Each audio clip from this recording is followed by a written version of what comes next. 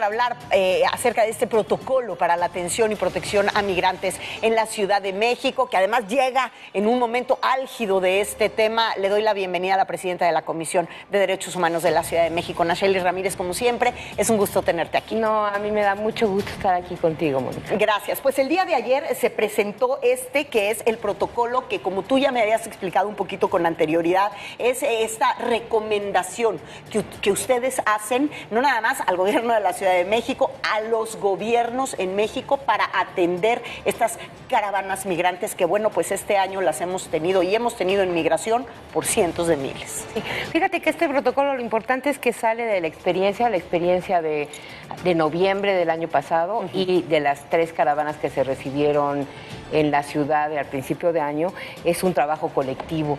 El gobierno de la ciudad, el actual como entonces en el 2018, en la transición, participamos juntos en esta, que es una apuesta local para un problema que sabemos que rebasa a las ciudades o a los municipios, a los gobiernos locales.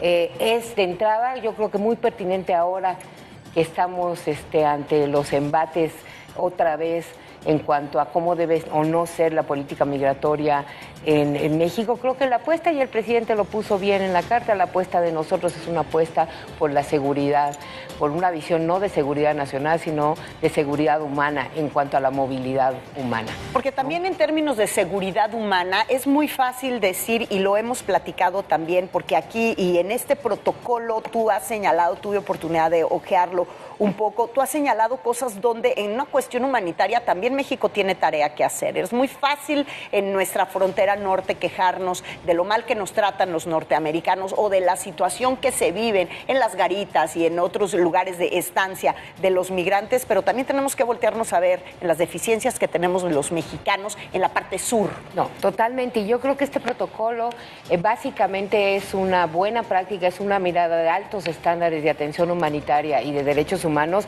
que tendría posibilidad de replicarse en todos los lugares del país a nivel de una respuesta local con coordinación, igual con la federación y los diferentes niveles de gobierno.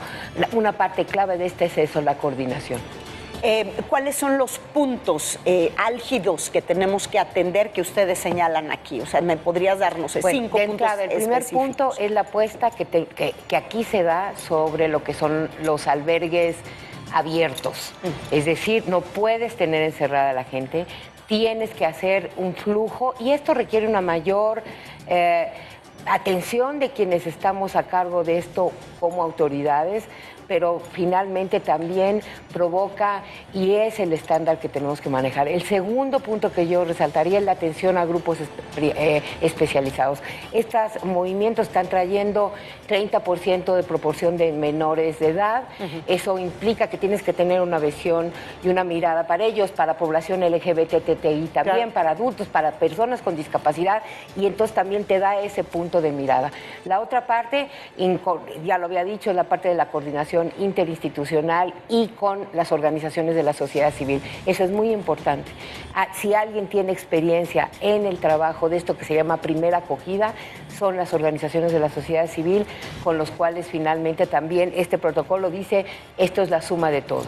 Y la última parte que yo resaltaría como muy importante es la parte de la información. Parece que es de básico, pero es realmente la gente, si no se le informa, si no se le dice qué va a pasar, si no se le dice que el trámite va a durar 10 días, 15 o 5, se crean una serie de desinformaciones que provocan finalmente problemas, ¿no? Estamos hablando, cuando hablamos de este bloque, como en cualquier bloque de grupos, en donde tenemos que manejar el conflicto, tenemos que manejar un espacio de no violencia y pues básicamente también las temporalidades y la información se da. Este tipo de protocolos está para lo que nosotros llamamos primera acogida, es decir, es el proceso inicial. La llegada. Y después tienen, lo que nos queda pendiente es cómo vamos armando la segunda acogida a través de programas de inclusión, ¿Qué quiere decir con esto?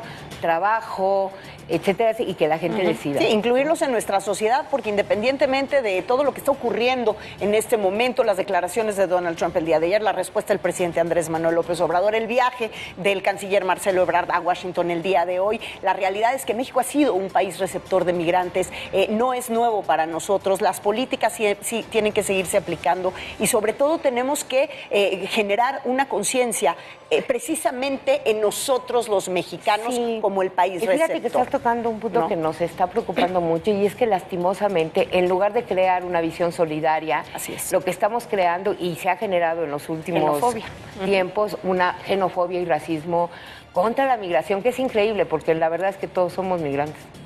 Todos somos migrantes, tienes toda la razón, Shelly. Esto da para muchísimo. Yo te invito a que regreses, a que sigamos hablando del tema de este y de otros que nos quedan pendientes. Claro que sí, con muchísimo gusto. Muchísimas gracias. Muchísimas gracias, Nayeli Ramírez, presidenta de la Comisión de Derechos Humanos de la Ciudad de México.